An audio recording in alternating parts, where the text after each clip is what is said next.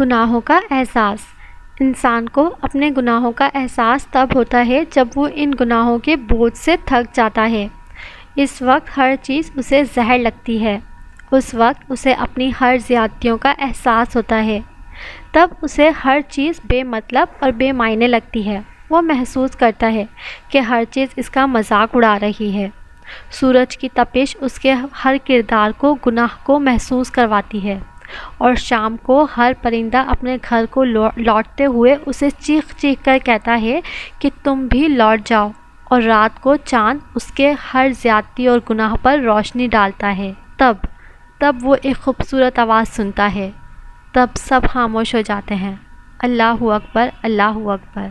وہ آواز اس کے رب کی ہوتی ہے، اور وہ لڑکھڑا کر اس کے پاس جاتا ہے۔ جب وہ اپنے رب کے حضور کھڑا ہوتا ہے تو اس سے اپنے گناہوں کا بوجھ نہیں اٹھایا جاتا، اور وہ سجدے میں جا گرتا ہے۔ ہر گناہ اس کو دکھتا ہے۔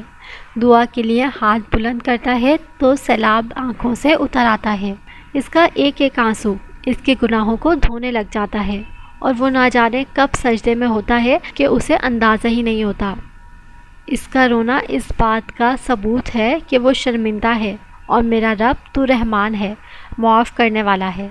اور جب انسان سجدے سے اٹھتا ہے تو خود کو چھوٹے بچوں کی طرح معصوم اور گناہوں سے شفاف پاتا ہے۔ ہمیشہ اللہ تعالیٰ سے اپنے گناہوں کی معافی مانگتے رہیں، کیونکہ زندگی کا کوئی پتہ نہیں ہے۔